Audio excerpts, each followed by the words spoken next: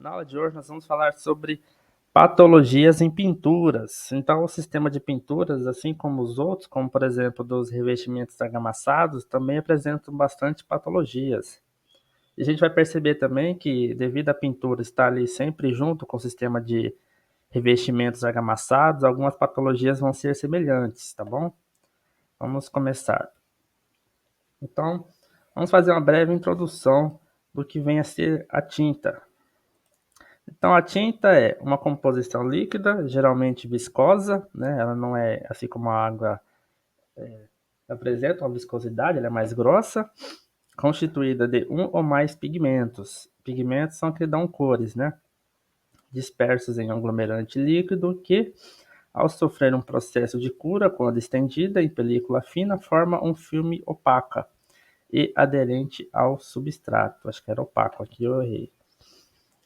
Tá, isso é a tinta. E a pintura? A pintura é o serviço que emprega um conjunto de técnicas e materiais, inclusive a tinta, para a execução de um sistema de pintura. Então, tinta é um produto e pintura é um serviço, porque tem as técnicas, né? Tem a forma correta de você pintar.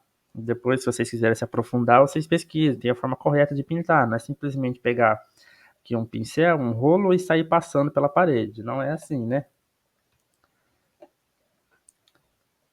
Funções da pintura. A pintura tem normalmente algumas finalidades, que são a proteção da parede, a higiene, facilidade de limpeza, conforto visual, iluminação, psicológico. Algumas pessoas têm suas preferências de cor, né? Tem gente que se olhar para uma parede de uma cor, tem até uma fobia, né? Um constrangimento. Então a pintura também tem esse fator.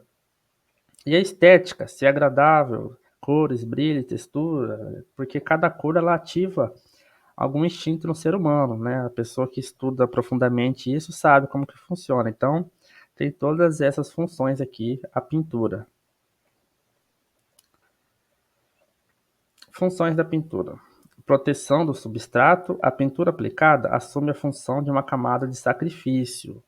Por que sacrifício? Porque ela vai ficar ali exposta ao sol, à chuva, à neve, ao frio. Então, é uma camada de sacrifício que evita a degradação precoce do substrato, né, a parede, sobre o qual é aplicada. Aí, em revestimento argamassado, a camada de pintura irá protegê-lo do esfarelamento e da ação da umidade, reduzindo a absorção de água e inibindo o desenvolvimento de fungos e bolores em revestimentos argamassados. Em madeira, a capacidade que a pintura possui de reduzir a absorção de água promoverá uma proteção contra a ação das intempéries. Aqui seria a utilização de verniz, por exemplo, né? Você pega ali materiais de madeira, como portas, janelas, ou aquelas madeiras que são utilizadas como pilares, as pessoas vernizam, né? Colocam um verniz para proteger a madeira. E em materiais metálicos, ela vai inibir a corrosão, né? Materiais ferrosos, que eles são sujeitos à corrosão. Então, uma tinta anticorrosiva vai evitar a corrosão. Composição da tinta. Pigmentos. Os pigmentos são substâncias insolúveis aos demais componentes da tintas e têm como finalidade principal conferir cor e cobertura às tintas. Então aqui, né, a gente tem aquele xadrez e aqui as cores. Então esses são os pigmentos. Aí a gente tem os veículos, que são as resinas formadoras da película da tinta, ou seja, são responsáveis pela conversão do estado líquido da tinta ao estado sólido, formando filme ou película de tinta seca. A tinta originalmente, quando ela está ali na sua embalagem, ela é líquida, né? A tinta pronta que você já comprou. Mas quando você passar na parede e ela secar, ela vai passar para o estado sólido. Então isso é a película. Inclusive você pode descascar ela, né? Então você só consegue descascar algo sólido. Então a tinta ela passa para o estado sólido após o seu processo de secagem. Os solventes, que são adicionados às tintas para torná-la mais fluida. Algumas tintas são classificadas de acordo com o solvente. Então, a gente tem o thinner, água ras e o verniz, que são solventes utilizados nas tintas. E a gente também tem aditivos, que são substâncias que, adicionadas às tintas, proporcionam características as mesmas ou melhorias nas suas propriedades, tais como aumento da proteção anticorrosiva, bloqueadores dos raios ultravioleta, catalisadores de reações, dispersantes, né, em ambientes assim rurais, por exemplo, e umectantes de pigmentos e melhoria de nivelamento. Então, a gente está aprendendo aqui a composição das tintas, né? Agora vamos começar no estudo da patologia em si. A gente estudou ali o que é a tinta, a composição, suas principais finalidades, e agora a gente vai entrar no estudo das patologias. A gente percebe aqui que o primeiro item é um item que a gente já viu anteriormente, a gente viu ele nos revestimentos argamassados, mas como eu disse, a tinta está sempre junto com os revestimentos argamassados, então algumas patologias vão ser fator comum nos dois materiais. Então a gente começa aqui pela eflorescência, que é causada devido à pintura aplicada sobre superfície argamassada úmida. Resulta da dissolução dos sais presentes na argamassa ou nos componentes cerâmicos ou provenientes de contaminações externas e seu posterior transporte pela água através dos mais variados materiais porosos.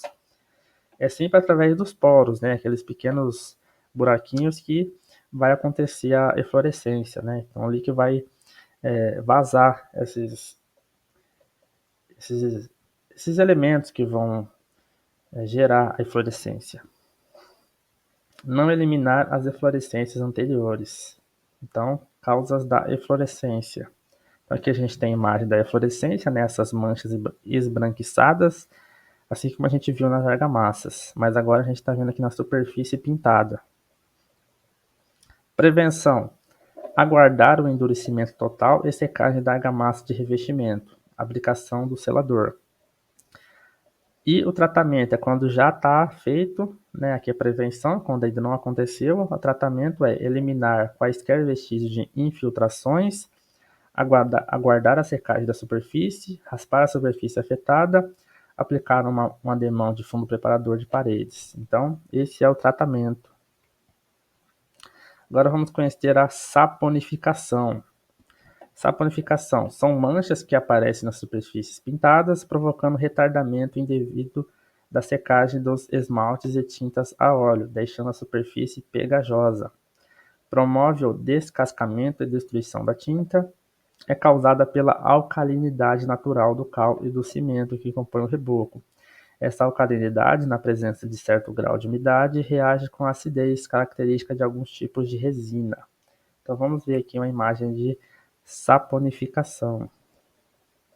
Percebe que aqui ó, ela começou a descascar a parede, né? Criou aqui essas, vamos dizer, essas rugas, né? Aqui também. Prevenção. Em caso de reboco novo, deve-se aguardar a sua secagem, no mínimo 30 dias, né?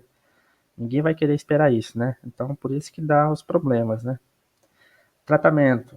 Depois que já aconteceu, raspar ou lixar toda a superfície, removendo toda a pintura. Aguardar a secagem e cura da superfície. Aplicar um ademão de fundo preparador de parede previamente diluída com água e finalizar com a nova pintura, que não tem mais conserto. Aconteceu, tem que remover toda a pintura, aplicar, né, o fundo preparador da parede e pintar novamente, tá bom? Descascamento. O descascamento ocorre quando a pintura é executada diretamente sobre superfície pulverulenta, pós, como caiação, partes soltas e reboco novo. A causa se dá devido à aderência da tinta sobre a superfície pulverulenta, não ser boa, né? Porque se ali o revestimento argamassado, por exemplo, estiver todo ali se esfarelando, caindo, a tinta não vai ter aderência, ocasionando descascamento. Então aqui a gente tem imagens de descascamento. Prevenção. Lixar o substrato, limpar, aplicar o selador, aplicar a massa, lixar, limpar a parede e aplicar demãos de tinta. Tratamento. Remover as partes soltas através de uma raspagem para depois aplicar o fundo preparador de parede e repintar. Mofo.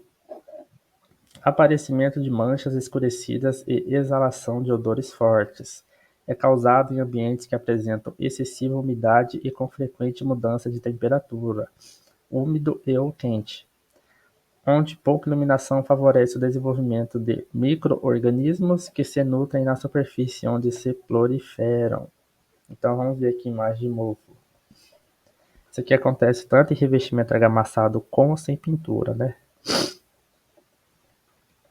Prevenção e impermeabilização do substrato, controle de vazamentos e, se possível, ventilar o ambiente, né? Então, se o ambiente ali tiver como pôr janelas, aberturas para que seja exposto ao vento, ao sol, para que não fique tão úmido, né? Aquele ambiente muito fechado. E o tratamento é lavar a superfície contaminada com esponja embebida de solução de água sanitária, diluída na proporção de 1:2 em água potável, e depois repintar. Essa proporção aqui pode variar, vamos colocar 1:1, 1:2, 1:3, mas não vai apresentar grandes diferenças não, tá? Aqui eu preferi adotar 1:2 mesmo. 1 de água sanitária e 2 de água potável, tá bom? Depois repintar. Enrugamento. Este problema ocorre quando a camada de esmalte é muito espessa devido a uma aplicação excessiva do produto, seja em uma demão ou em excessivas demãos em que a primeira não foi convenientemente seca. Pode também surgir superfície enrugada quando a secagem é feita sob sol intenso, né? Então, uma superfície exposta ao sol, né, pode também apresentar isso, sem proteção, sem colocar ali uma proteção, né, uma sombra, pode ocasionar isso também. Então aqui é o enrugamento, ó. A imagem até é meio feia, né? Prevenção: aplicar a tinta em um ambiente com temperatura amena e verificar a diluição correta. Isso aqui se verifica na embalagem do produto, tem a recomendação do fabricante. E o tratamento é remover toda a tinta e aplicá-la novamente, seguindo a recomendação de diluição contida na embalagem. Então aqui deve sempre se atentar às orientações do fabricante para não se errar, porque além da exposição ao sol, né, um sol muito forte, também a questão de demãos excessivas. Isso também pode ocasionar o enrugamento, tá bom? Então essa era a nossa aula sobre patologias em pinturas. Se ficar alguma dúvida é só avisar, tá bom? Então abraços e até mais.